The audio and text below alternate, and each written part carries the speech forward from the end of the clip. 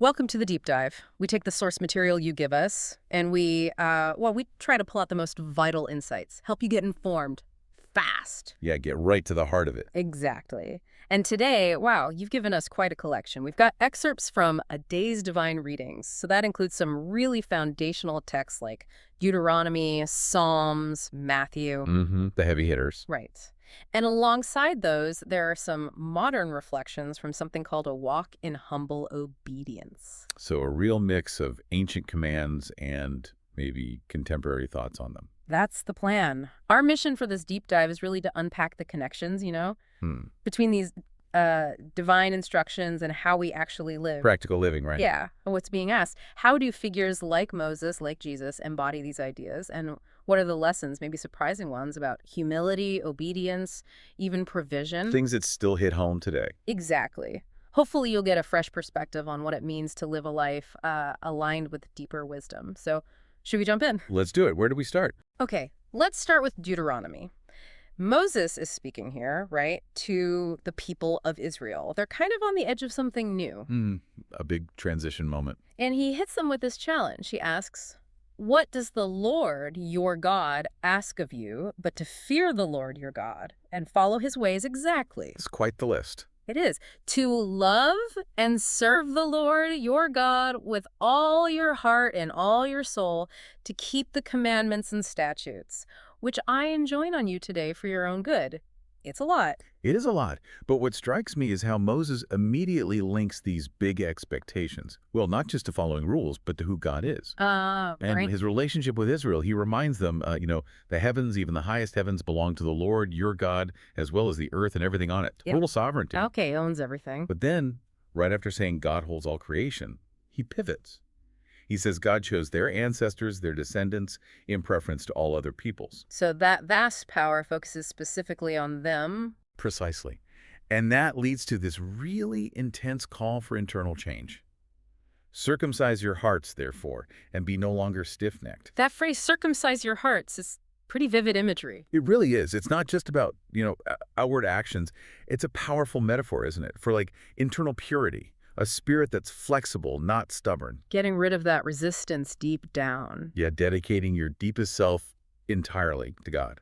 And it's fascinating, right after that call for inner change, Moses paints this picture of who this God is. Yeah, the description's amazing. He calls him the God of gods, the Lord of lords, the great God, mighty and awesome, pure power. But then immediately, who has no favorites, accepts no bribes, who executes justice for the orphan and the widow, and befriends the alien, feeding and clothing him. That juxtaposition is key. It really is. What does that tell us? That this, all-powerful being is simultaneously described with such specific care for the most vulnerable. Well, I think it raises a fundamental point, right? About God's character and what that means for us, for human responsibility. How so? If God, who is described as so mighty, so awesome, also shows this incredible care and justice without playing favorites, well, what does that imply for his people? Okay. Like, be like your God. Exactly. Moses states it plainly.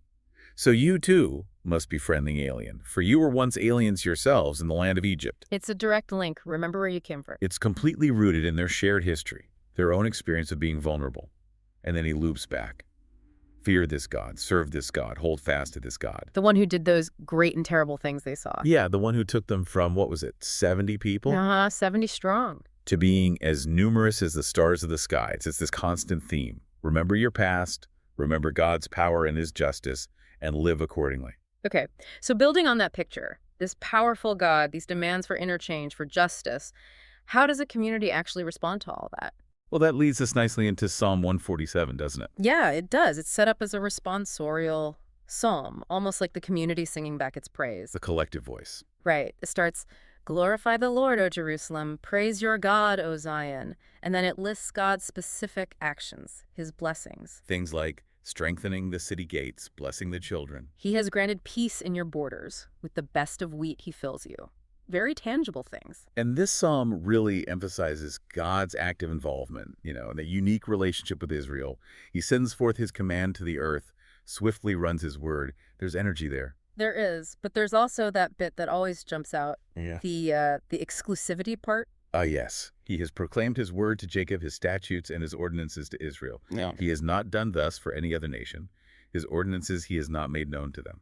It's quite pointed. It is. So if Israel has this unique privilege, this special revelation, how does that connect back to the humility Moses called for? Does that special status maybe, I don't know, deepen their responsibility? That's the tension, isn't it? Or could it, ironically, lead to a bit of pride, like we're the only ones who get this? This psalm seems to reinforce that their blessings are tied to God's specific actions just for them. Precisely. I think it's meant as a call to profound gratitude, right? To recognize God's unique favor. And if you understand that properly, it should foster deeper obedience, a humble stewardship of that revelation, not arrogance.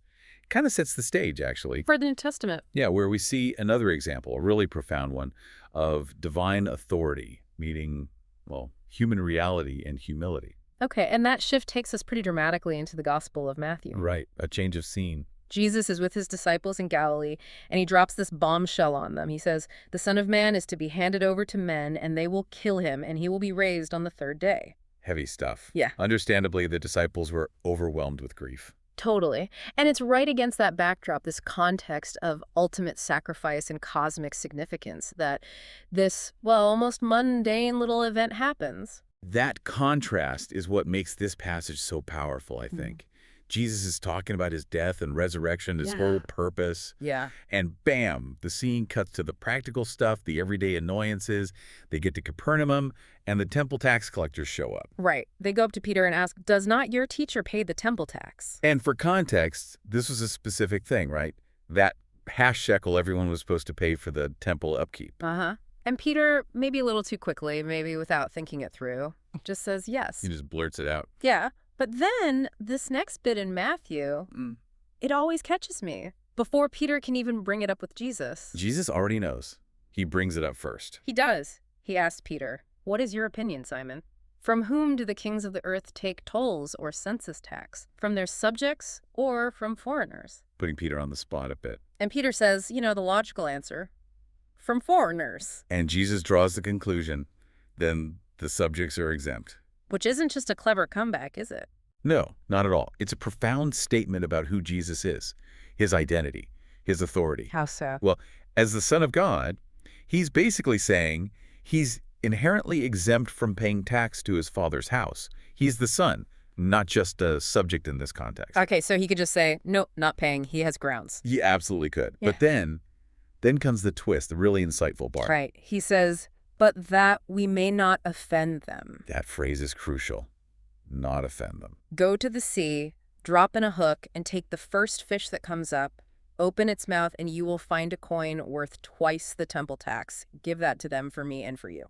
I mean, can you imagine being Peter right then? Seriously. You just said yes. You're probably bracing for an awkward conversation, and Jesus is like, don't worry, I got this. Go fishing. And then the miracle. It's almost, like you said earlier, mundane in its strangeness, but the message underneath. Wow. It's incredibly powerful. This miracle, this provision, happening specifically because he doesn't want to cause unnecessary offense. That brings us right around to those modern reflections in a walk in humble obedience.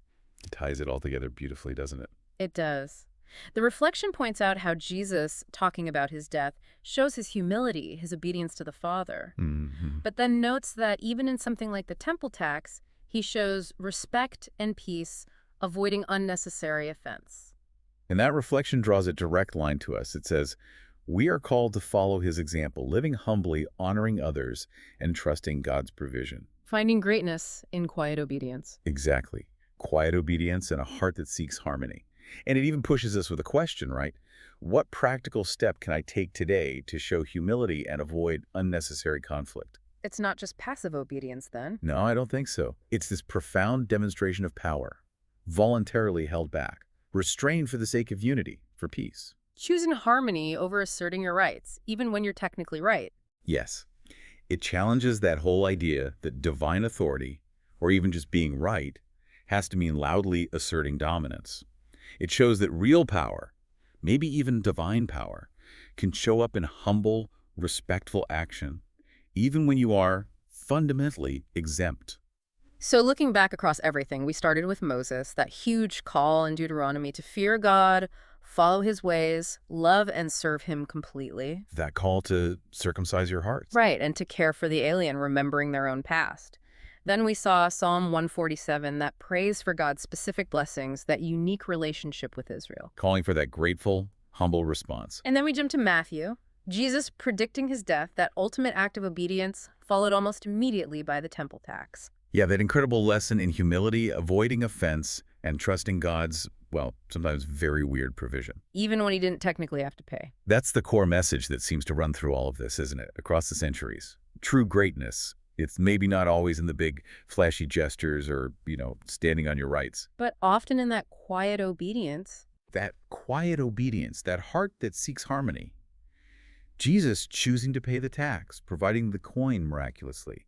It wasn't about weakness. It was a powerful commitment to not offend, to trust God would provide, and to prioritize peace. It's a vivid picture, really. Living humbly, honoring others, choosing harmony instead of just asserting yourself. Definitely. So as we wrap up this deep dive, here's something to maybe chew on. Think about the contrast, but also the connection between those great and terrible things God did for Israel, making them as numerous as the stars. Immense nation-shaping power.